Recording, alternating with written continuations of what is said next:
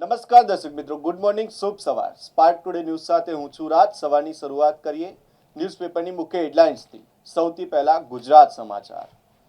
વિરામથી થાકેલા America Iran ફરી યુદ્ધે ચડ્યા છે. મુસ્લિમોમાં પણ સગીરા સાથે નિકાહ ગેરકાયદે, પોક્સો લાગુ પડે હાઈકોર્ટ.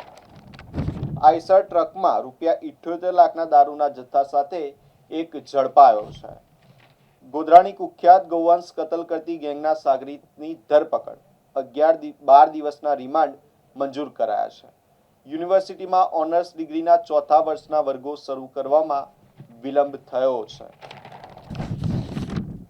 હવે એક્ઝિક્યુટિવ કાઉન્સિલ અને બોર્ડ ઓફ મેનેજમેન્ટ વગર જ યુનિવર્સિટીનું સંચાલન થશે. ₹7.70 લાખની સામે મારા એટીએમ કાર્ડ દ્વારા ₹24.84 લાખ વ્યાજખોરે ઉપાડી લીધા છે. ટ્રમ્પે યુદ્ધના દરવાજા ફરી ખોલતા શેરોમાં મંદીનું ઘોડાપૂર ઉમટ્યું છે. ઈરાન અમેરિકા વચ્ચે નવેસરથી ઘર્ષણ શરૂ થતાં ક્રૂડ વધી $80 નજીક પહોંચ્યું છે. શેરબજારના કડાકા વચ્ચે રૂપિયામાં ઝડપી ઘટાડો. પાઉન્ડ તથા યુરોના ભાવ ઉછળ્યા છે.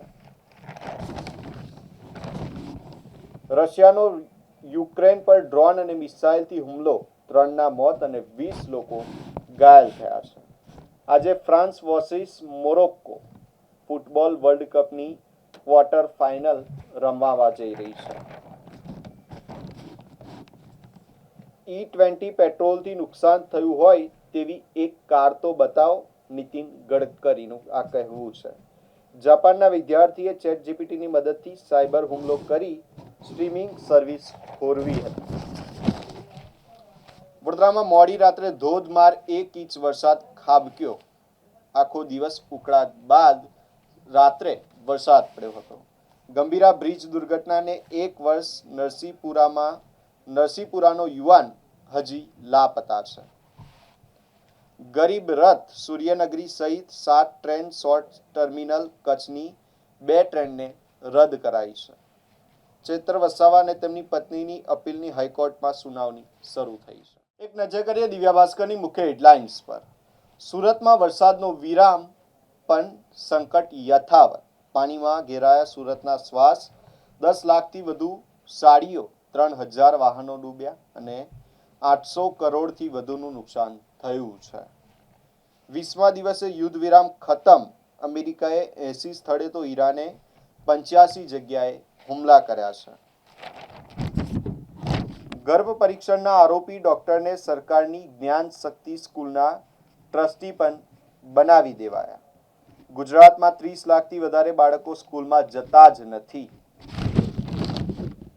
મુંબઈ પહોંચેલી ફ્લાઇટ લેન્ડ ન થઈ. 226 યાત્રીઓના જીવ પડીકે બાંધી 45 મિનિટ આકાશી આટા મરાવી પાછા વડોદરા ફર્યા છે.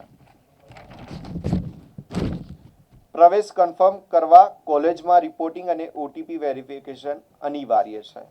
ઉત્તર વહી સાથે બહારથી લખેલી પુરવણી જોડનારા 8 વિદ્યાર્થીઓ 2 સેમિસ્ટરની પરીક્ષા નહીં આપી શકે. એમએસયુમાં પરીક્ષા દરમિયાન કોપી કરતા પકડાયેલા વિદ્યાર્થીઓની સુનાવણી કરાઈ છે.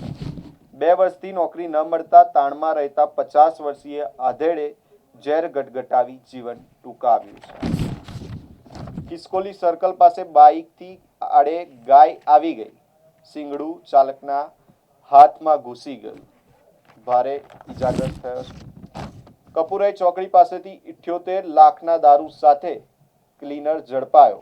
2 આરોપીઓ ફરાર થઈ ગયા છે. નવસારી નજીક ટ્રેક પર પાણી ભરાવાથી વંદે ભારત સહિત મુંબઈ જતી 14 ટ્રેન રદ કરાઈ છે. જાલોદ તાલુકામાં વાહનો ભાડે રાખવાના નામે 15 ખેડૂતના 13 ટ્રેક્ટર, બોલેરો, ક્રુઝર લઈ ટોળકી ફરાર થઈ ગઈ છે.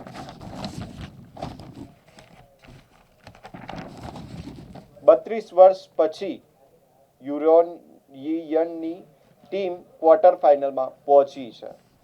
T20 ભારતીય ટીમ પર 7 વર્ષ પછી સતત 2 સિરીઝ હારવાનું જોખમ.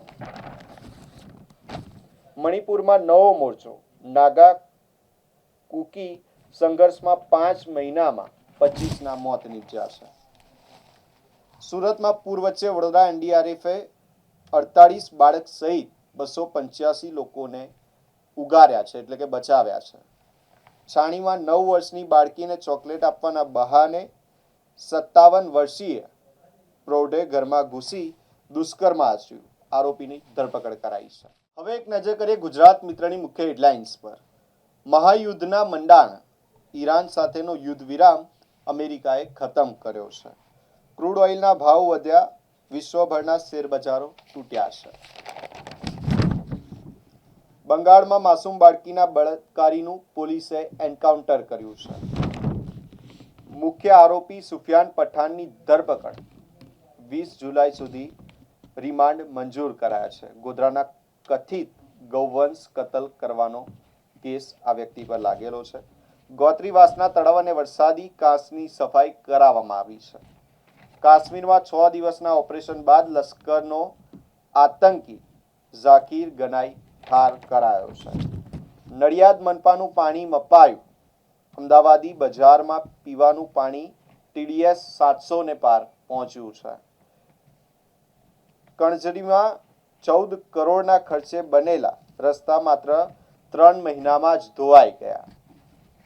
સગીરાને આત્મહત્યા માટે મજબૂર કરનારા શખ્સને 10 વર્ષની કેદ અપાઈ છે. આંકલીના સરપંચ ACBના ટ્રેપમાં ઝડપાયા. 50,000ની લાંચ સ્વીકારતા રંગે હાથે પકડાયા છે. 12,676 વિદ્યાર્થીઓએ એન્જિનિયરિંગમાં પ્રવેશ ફાળવાયો છે.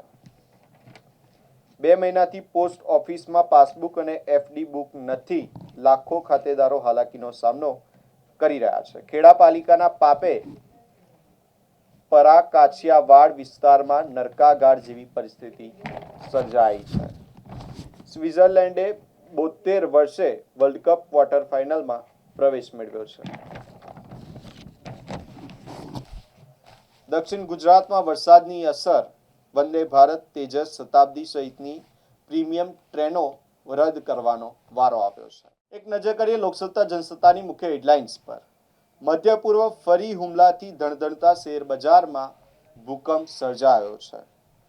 શંકાસ્પદ મની લોન્ડરિંગ અંગે FBI દ્વારા આર્જેન્ટિના ફૂટબોલ ફેડની તપાસ રિપોર્ટ. સુરતમાં પાણી ઓસર્યા બાદ ડૂબી ગયેલી 11 વ્યક્તિના મૃતદેહ મળી આવ્યા છે અને ચકચાર મચી છે. ઢાઢર નદીમાં 11 મગરોનું ઝુંડ દેખાય, લોકોમાં એક જાતનું કુતૂહલ જોવા મળ્યું છે. તંત્રની ઘોર બેદરકારી વચ્ચે સ્થાનિક રહીશોએ ઝાડની ડાળીની આડાશ મૂકી છે. ભૂવો પડતા શહેરમાં અનેક જગ્યાએ લોકો હાલાકીનો સામનો કરી રહ્યા છે. છાણી વિસ્તારમાં 9 વર્ષની માસૂમ બાળકી પર આધેડે દુષ્કર્મ આચર્યું. આરોપીની ધરપકડ કરાઈ છે. ડોર ટુ ડોરના વાહનો પર મજૂરોની જોખમી મુસાફરી.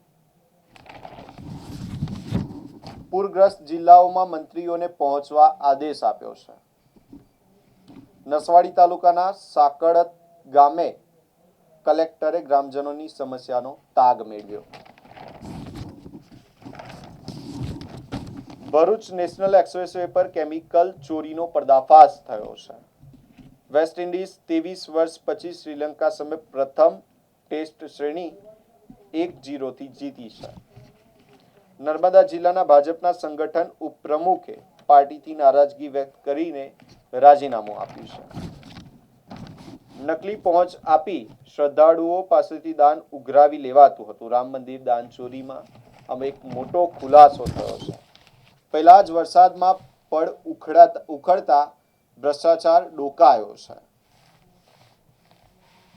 યોગ્ય પુરાણ નહીં કરાતા ડભોઈ દસાલાલ ભવન પાસે રોડ બેસી ગયો. અંતે એક નજર કરીએ સંદેશની મુખ્ય હેડલાઇન્સ પર. યુએસનો ઈરાન પર અત્યાર સુધીનો ભીષણ હુમલો. ટ્રુડોએ નિજ્જર હત્યા કેસમાં ભારતનું ખોટું નામ લીધું હતું. Canada police. અડધું સુરત પાણીમાં, તંત્ર નિષ્ફળ, વધુ 15 લોકોના મોત નીપજ્યા છે. પાદરા તાલુકાના કોઠવાડ ગામે ઢાઢરમાં 11 મગરોનું ઝુંડનો વિડીયો વાયરલ થયો છે. વિશ્વામિત્રી નદીમાં ખોરાક માટે મોડી રાત્રે 50થી વધુ મગરોનો મેળો જામ્યો. કપુરાઈ ચોકડી પાસેથી ₹78 લાખનો દારૂ ભરેલો ટેમ્પો ઝડપાયો છે. વેમાલીમાં રહેતા આધેડે નોકરી ન મળતા ઝેરી પ્રવાહી પીને આપઘાત કરી લીધો. શંકાસ્પદ હાલતમાં મોત થયું છે. માતા અને બહેનને વારંવાર કોલ કરતા આધેડે ફોન ઉપાડ્યો ન હતો. ગ્રાન્ટેડ સ્કૂલોના 80,000 ઉપરાંત કર્મચારીઓ માટે પ્રશિક્ષણ વર્ગ યોજાવા જઈ રહ્યો છે.